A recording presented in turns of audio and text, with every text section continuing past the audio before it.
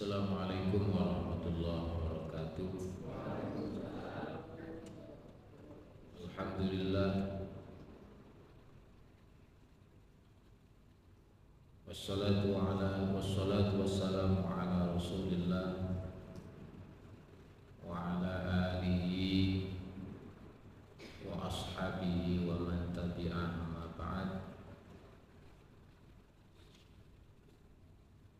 A'udzu billahi minasy syaithanir rajim. Bismillahirrahmanirrahim. Wa ma 'allamnahu asy-syi'ra wa ma yanbaghi lahu in huwa illa dzikrun wa qur'anun mubin liyundhira man kana hayyan wa yahiqqal qawlu 'alal kafirin. Awalam yarau anna khalaqna lahum mimma 'amilat aydina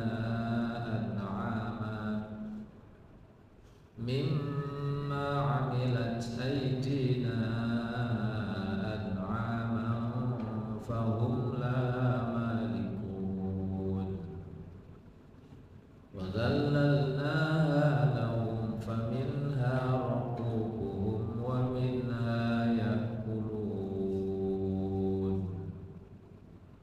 wa lahum fiha manafi'u wa masharib afala yashkurun.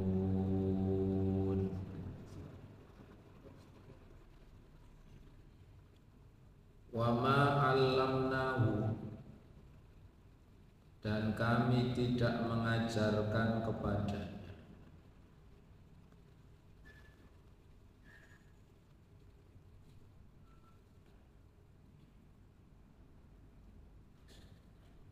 asy-syi'ra,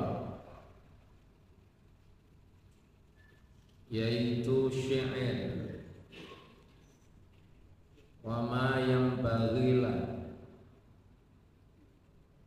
dan tidak patut lahu baginya, in huwa, tidaklah ia, yakni Al-Quran, illa zikrun, melainkan adalah pengingat atau pelajaran, wa Qur'anun mubin, dan bacaan yang jelas atau kitab yang jelas. Liyundhira, agar dia, ini pakai ya di depannya, agar dia memberi peringatan, man kana hayyan, yaitu orang-orang yang hidup, utamanya hidup hatinya, wa yahiqqal qaul, dan agar ada kepastian, al-qaulu, yakni azab atau ketetapan, alal kafirina, atas orang-orang yang kafir. Ayat ke-69 ini dilatar belakangi oleh tuduhan-tuduhan orang-orang yang tidak suka kepada Rasulullah Sallallahu Alaihi Wasallam, bahwa Nabi ini dituduh gila, Nabi juga dituduh sahirun, tukang sihir. Termasuk ayat-ayat Quran yang susunan bahasanya itu tertata, lalu Nabi dituduh susunan bahasanya yang tertata rapi indah itu menjiplak karyanya para ahli-ahli sastra di zaman itu. Tapi begini, Allah itu sudah mengantisipasi itu semuanya, supaya Nabi itu tidak dianggap yang mengarang Quran. Maka Nabi itu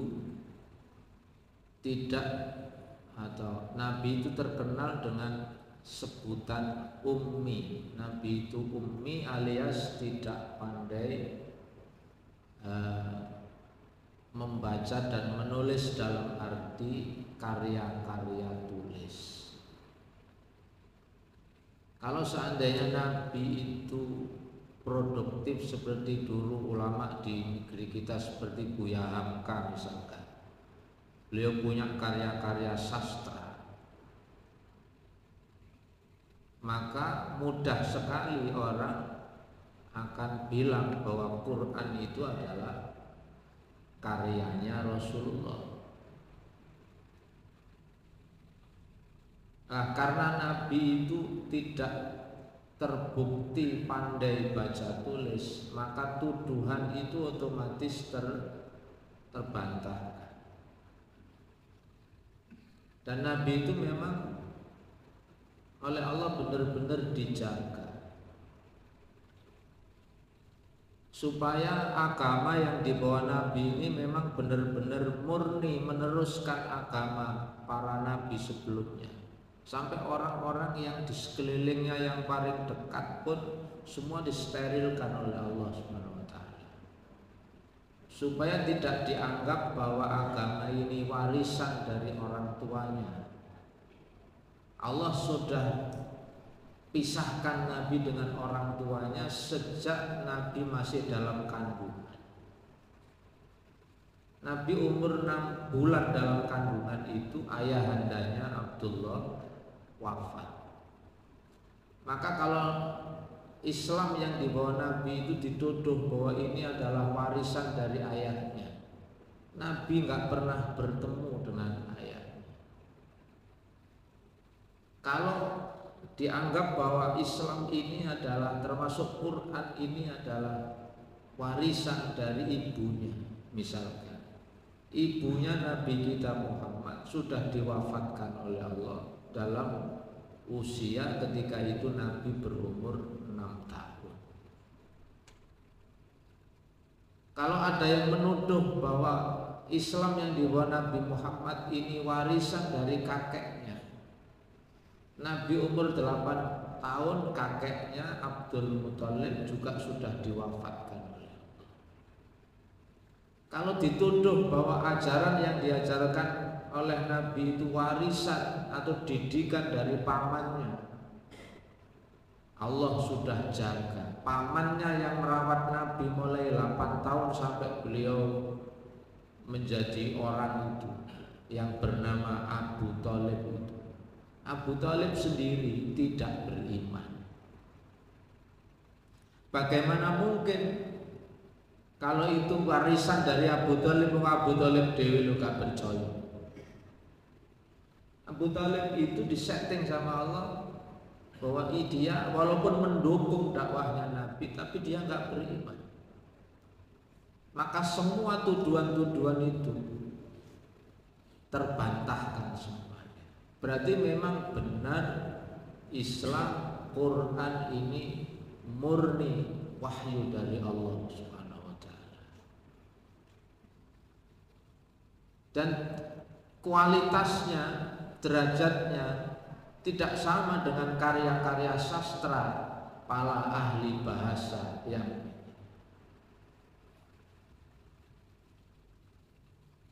makanya Quran menantang. Kalau engkau ragu terhadap kebenaran Quran, misalkan dulu di awal Al-Baqarah misalkan, wa in kuntum fi raibin mimma nazzalna ala abdina fa'tu bi suratin min mislih wada'u syuhada'akum min dunillahi in kuntum shadiqin. Ayat ke-23 surat Al-Baqarah. Dan jika kalian ragu tentang kebenaran dari apa yang kami turunkan, yakni Quran, kepada Nabi, kepada hamba kami yang dimaksud adalah Rasul Muhammad. Kalau memang kalian ragu Quran itu bukan dari firman Allah tapi karyanya Rasulullah Muhammad, Allah nantang, fa'tu bisuratin, coba buat saja satu surat. Yang satu surat itu mim misli, setara, sepadan kualitasnya dengan Al-Quran. Wada'u syuhadaku, lalu panggil untuk menyaksikan karya tulismu itu orang-orang yang mau menjadi saksi, penolong-penolong kalian. In kuntum shadiqin, jika memang kalian itu benar. Ternyata tantangan itu sejak zaman Nabi sampai hari ini tidak ada orang yang mampu mewujudkan. Berarti kalau ada orang meragukan bahwa Quran ini bukan firman Allah, itu hanya omong doang, tuduhannya itu tidak terbukti. Wong bukti ini disuruh membuat satu surat saja, tidak ada yang bisa. Padahal waktu itu sing ditantang bukan wong Surabaya. Ketika ayat ini turun, yang ditantang itu orang yang Quran berpakai bahasa Arab, yaitu orang-orang Arab, terutama penduduk Mekah. Ternyata tidak ada yang bisa. Ada yang coba-coba membuat seperti Musailamah Al-Kadzab misalkan, tapi tidak bermutu. Yang tidak bisa ditiru oleh Quran itu setiap pernyataan Quran itu bukan hanya bahasanya yang bagus, tapi pernyataannya itu bisa dibuktikan kebenarannya itu sepanjang zaman. Jadi kebenarannya sepanjang. Contoh misalkan Quran menyatakan innal insana khuliqa halu'a, sesungguhnya manusia itu diciptakan oleh Allah. Misalkan ini disebut di surat Al-Ma'arij, Allah menyatakan innal insana khuliqa halu'a, sesungguhnya manusia itu diciptakan oleh Allah punya watak dasar. Apa watak dasarnya manusia itu? Suka mengeluh dan medit. Ini watak dasarnya manusia, ngersuloan terus medit. Coba pernyataan Quran ini sudah berlangsung 1000 tahun lebih, bisa 1500 bisa jadi sudah 1500 tahun yang lalu. Karena sekarang 1447 itu kan dihitung dari hijrahnya Nabi. Kalau dihitung dari kerasulan Nabi, berarti harus ditambah 13 tahun. Coba sekarang ditanyakan orang Indonesia, orang Amerika, orang kira-kira kata Allah manusia itu suka berkeluh kesah dan medit, kira-kira beneran ada? Ini diterapkan pernyataan Allah ini di orang Indonesia mau orang mana? Menungso itu tiba-tiba menunggu itu. Ini yang nggak bisa ditiru. Semua pernyataan Quran itu benar, dan benarnya itu tidak ada umurnya, tidak ada expirednya, tidak ada kadaluarsanya. Coba kalau pernyataan-pernyataan manusia itu mungkin puluhan tahun yang lalu berlaku, tapi tahun berikutnya sudah nggak relevan. Itu yang nggak bisa ditiru. Bukan hanya bahasanya yang bagus, tetapi nilai kebenaran yang disampaikan Quran itu tidak bisa dibantah.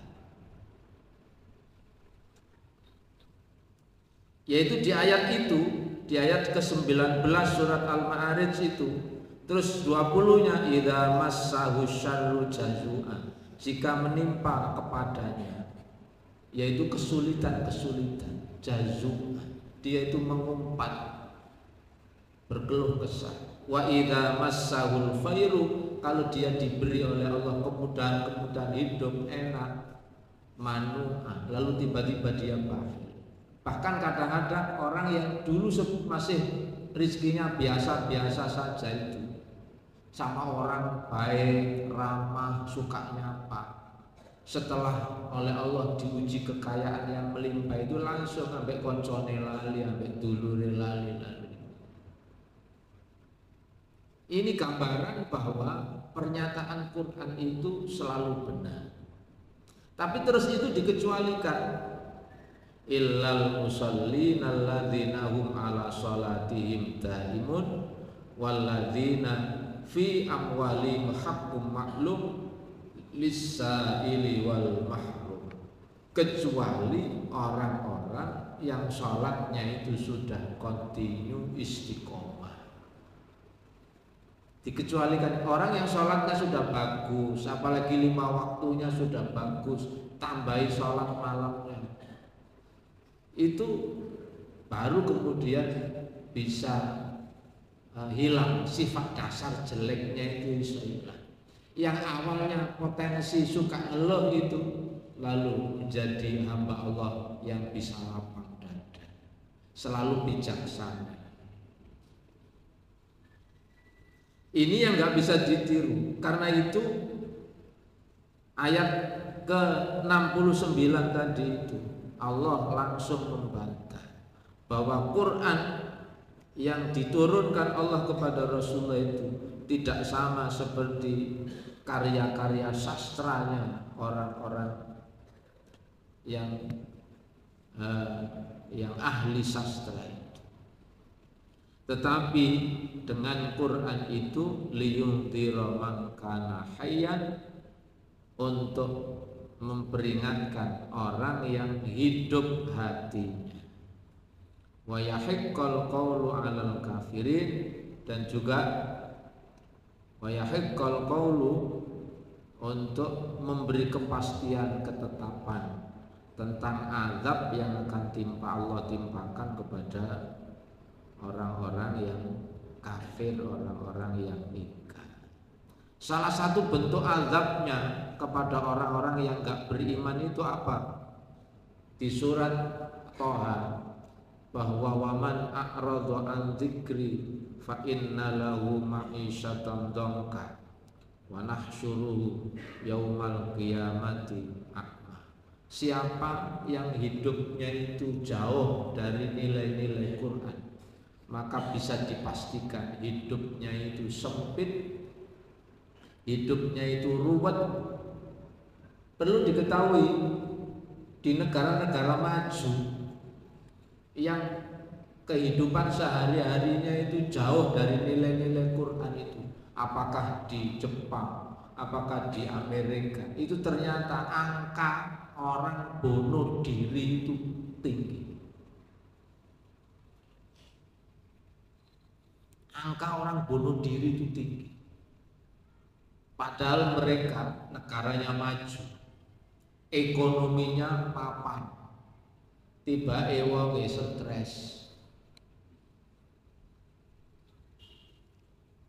Orang beriman itu jangankan punya tabungan yang bisa dimakan 5 tahun ke depan, nyekel duit hanya untuk sekarang saja itu wis Jumatan yang khotib gorong munggah wis turu, yang menandakan bahwa pikiran dan hatinya itu tenang.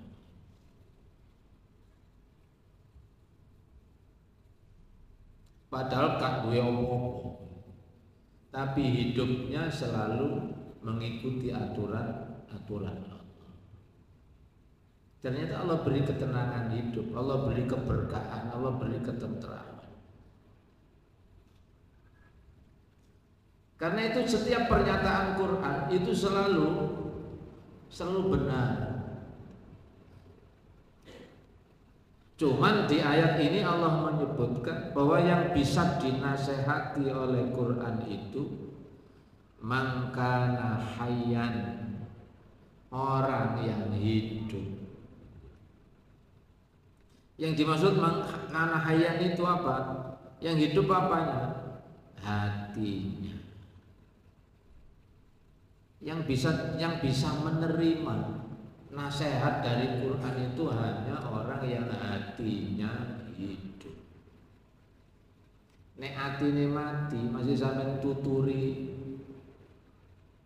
Kalau bahasanya surat Al-Baqarah 6 dan 7, sawaun alaihim a'andzartahum am lam tundirhum la yu'minun.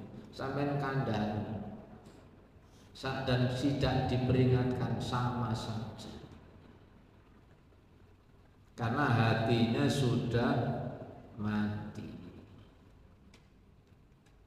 Jadi yang bisa diperingatkan oleh Quran, man kana hayyan ay man kana mu'minan alimilan za qalbin hayyin, itu penjelasannya, yakni orang beriman yang hatinya hidup. Jadi hidup mati itu juga kadang oleh Allah dikaitkan sama iman dan tidak beriman. Orang beriman itu hidup. Bahkan ketika orang beriman itu mati pun Allah masih nyebut bahwa dia itu hidup. Sementara orang yang kafir meskipun masih hidup, hakikatnya sudah mati.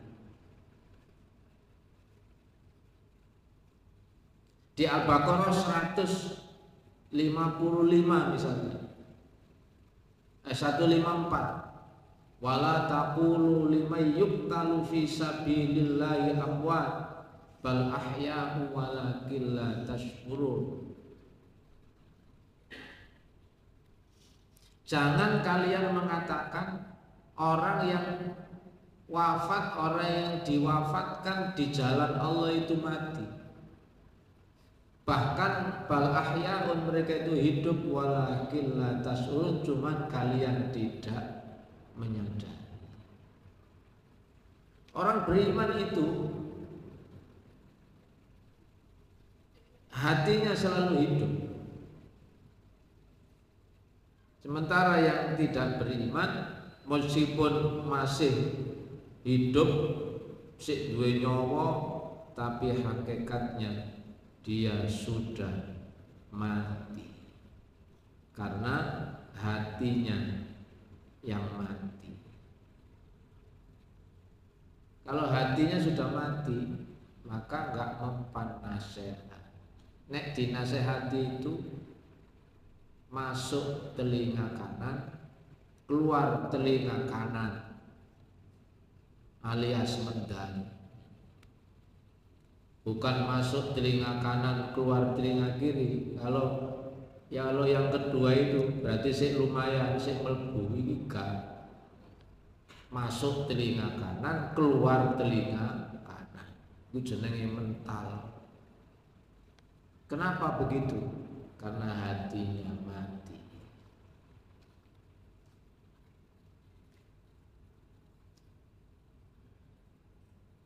Atau istilah lainnya bukan mati, tapi tertutup.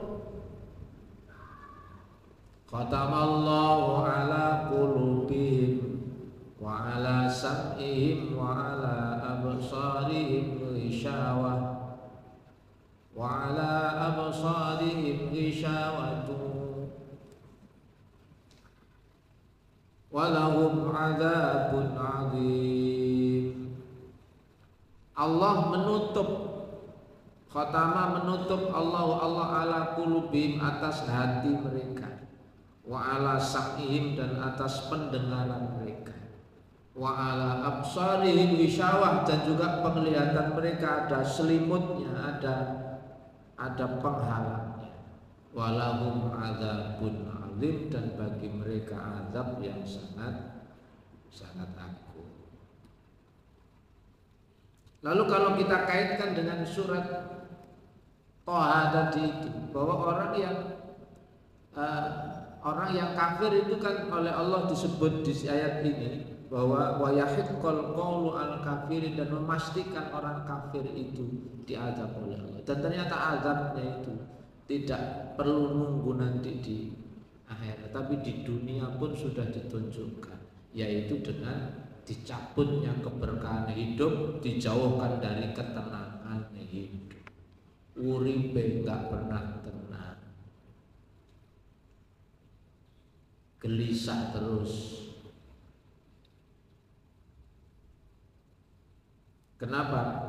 Ya karena jauh dari Allah Subhanahu wa taala.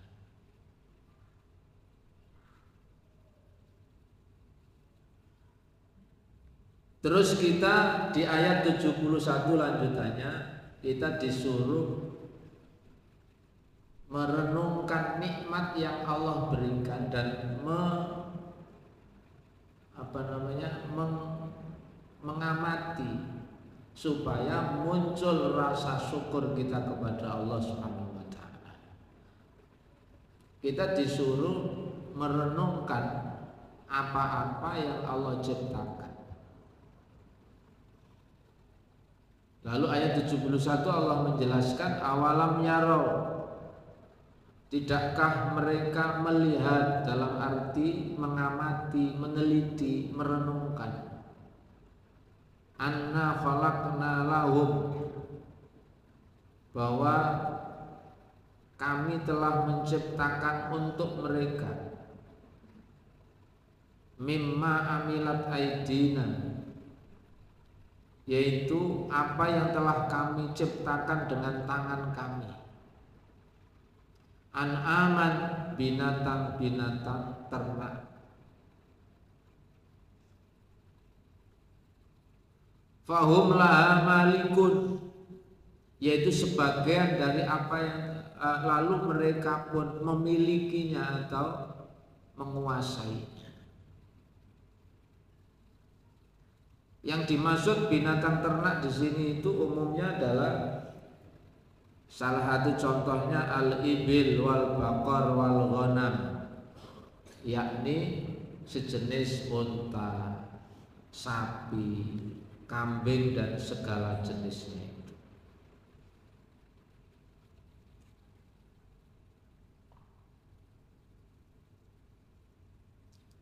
Allah itu telah menciptakan salah satunya binatang-binatang ternak itu, yang oleh ayat lanjutannya disebut wadhallalnaha lahum. Lalu binatang-binatang ternak ini kami tundukkan lahum, untuk manfaat bagi mereka. Famin harakubuhum, maka diantaranya untuk menjadi kendaraan mereka. Wa minha yakulun, dan sebagiannya lagi mereka makan.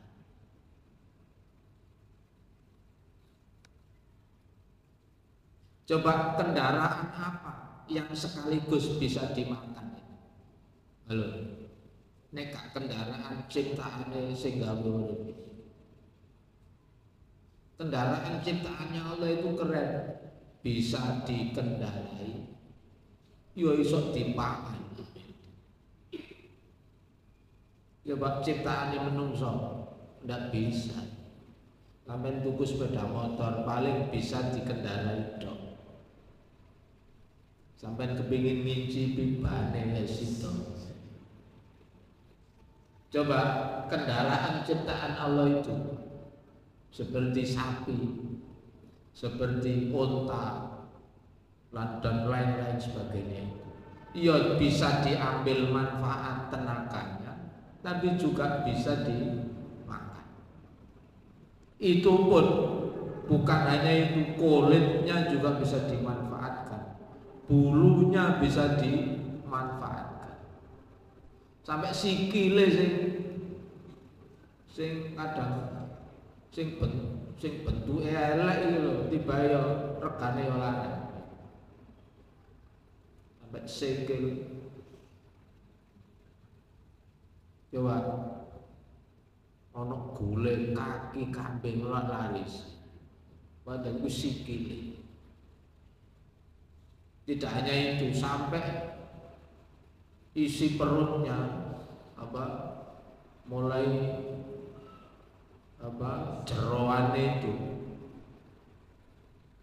itu ternyata laku semua. Terus gak butuh bensin, tenaganya itu cukup, semua sudah disediakan oleh Allah.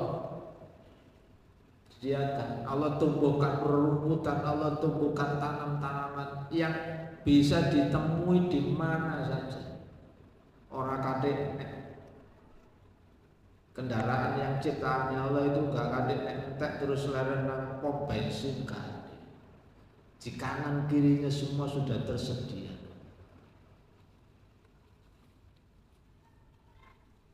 Dan yang luar biasa apa? Binatang-binatang ternak seperti unta, sapi, kambing itu Allah kasih, Allah tundukkan dalam arti mereka ini tidak buas sebagaimana macan.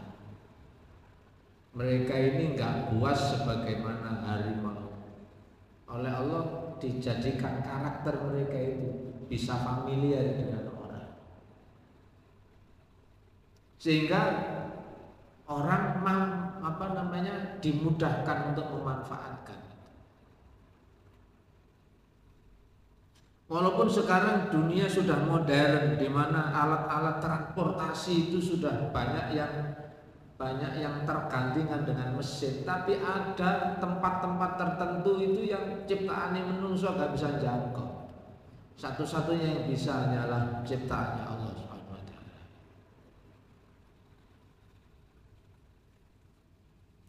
Terus kakadeknya Elvis, terus kakadek ganti uli, kakadek ini ikut ganti ulinya langsung otomatis. Terus yang luar biasa apa? Minumnya itu beda dengan menungso. Sapi itu meskipun minum air yang kotor itu loh, tubuhnya tetap sehat. Dia diberi oleh Allah daya tahan tubuh yang kuat. Panganane kalau sing digondhong. Halo. Mulai rumput sampai kau nasi digondong, kayak sampai didik dikokos, didik didondong, didik. Panganannya sapi, panganannya unta ini kabeh mentah. Itu pun ngombene ya kau no jus. Dan tidak usah minumnya, tidak usah disaring pakai ini, terus jadi air yang bersih. Mau di sungai langsung disosok sehat.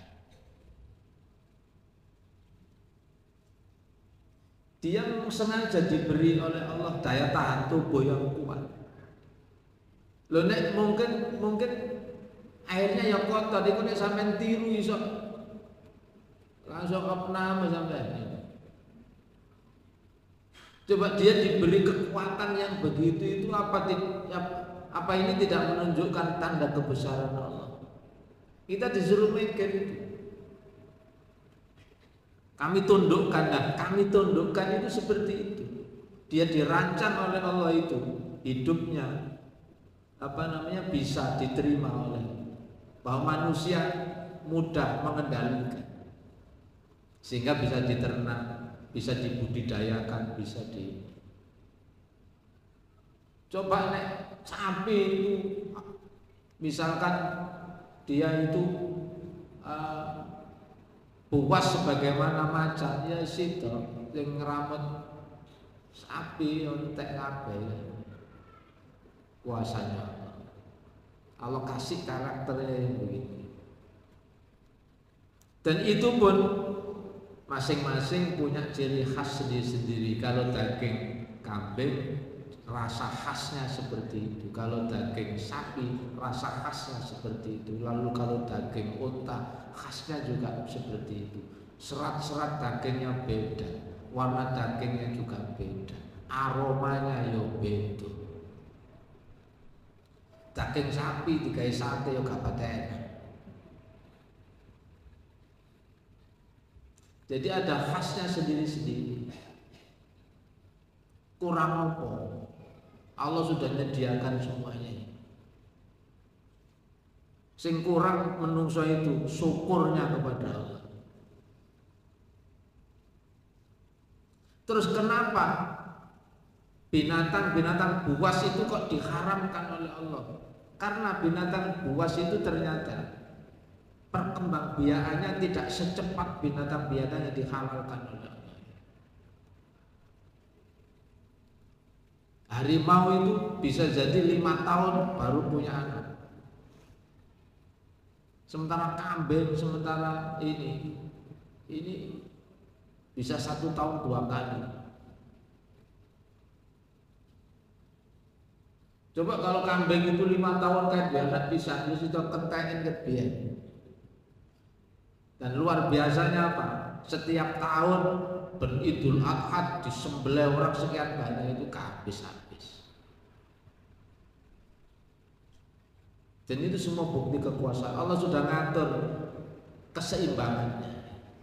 Bahwa sing bisa dimanfaatkan dagingnya oleh orang itu perkembangbiakannya itu oleh Allah dipermudah.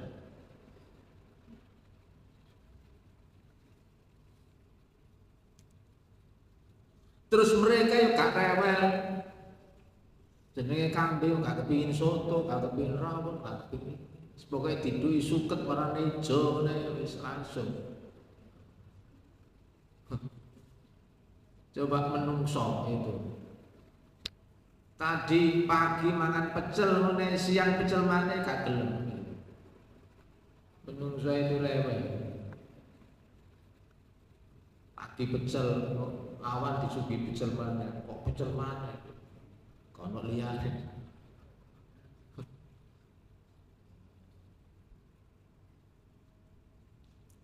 Terus walahum fiha manafid, dan bagi mereka, yaitu mereka yang dimaksud ini ya kita umat manusia ini, fiha yaitu terhadap binatang-binatang ternak tadi itu, manafi memperoleh manfaat-manfaat yang lain, wa masyarib, dan juga dapat memperoleh manfaat dari air susunya, bisa diminum. Pertanyaannya Allah, afala yashkuru, lalu mengapa mereka tidak bersyukur? Lah terkait dengan produksi susu yang dikeluarkan oleh binatang-binatang ternak itu, Allah menggambarkan begini.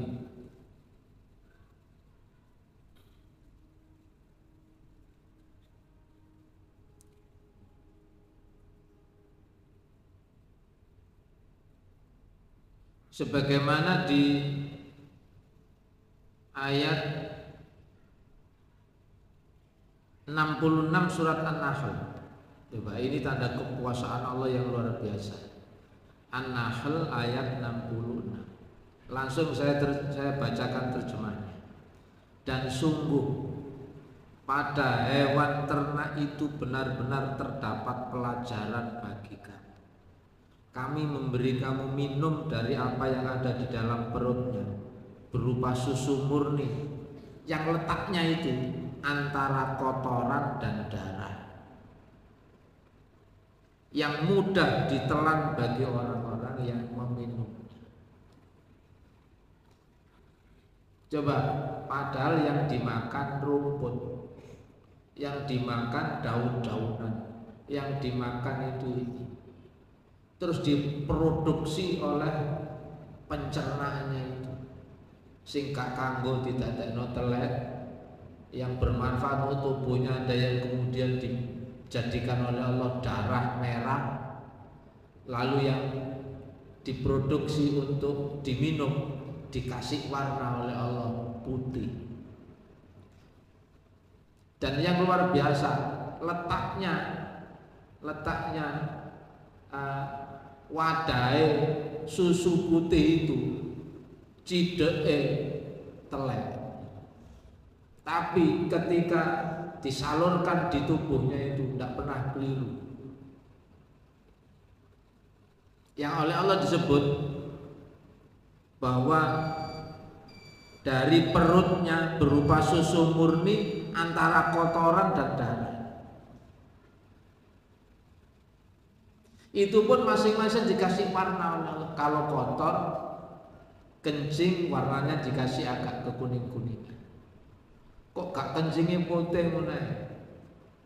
Lalu yang air susu yang bisa diminum segar itu dikasih warna putih. Padahal letaknya itu dempet, letaknya itu berdekatan dengan letaknya jalurnya kotorannya, tapi nggak pernah keliru. Sementara kalau Allah tidak menginginkan adanya itu, masih sampai makan suket, misalnya gitu, ternyata ya nggak bisa memproduksi seperti itu. Dan itu tidak bisa dibuat orang. Loh kok ada pabrik susu? Itu bukan pabrik susu, ngolah susu. Coba. Itu baru bisa jadi air susu itu nek dilebokno wetenge sapi atau dimasukkan perutnya kambing, perutnya unta, baru bisa jadi. Sama-sama rumputnya digiling di ini. Ya apa caranya berubah jadi susu? Tidak bisa, manusia tidak bisa. Kuasanya Allah. Lah kita itu disuruh merenungkan ayat-ayat seperti itu. Tujuannya apa? Kita ini ternyata semua apa yang kita butuhkan sudah disediakan oleh Allah. Butuh daging, Allah hidupkan kambing, sapi, unta. Butuh nasi, butuh ini Allah ciptakan ini. Butuh sayuran, Allah ciptakan tumbuhan dan segala macam. Yang kurang adalah rasa syukur kita kepada Allah SWT. Karena itu di akhir ayat ke-73 afala yashkurun. Mengapa mereka tidak bersyukur? Mudah-mudahan kita termasuk golongan orang yang bersyukur kepada Allah Subhanahu wa ta'ala. Saya kira itu insya Allah nanti dilanjut ayat ke-74.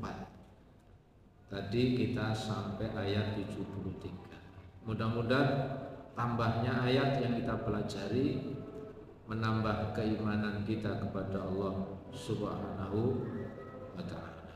Amin ya rabbal alamin.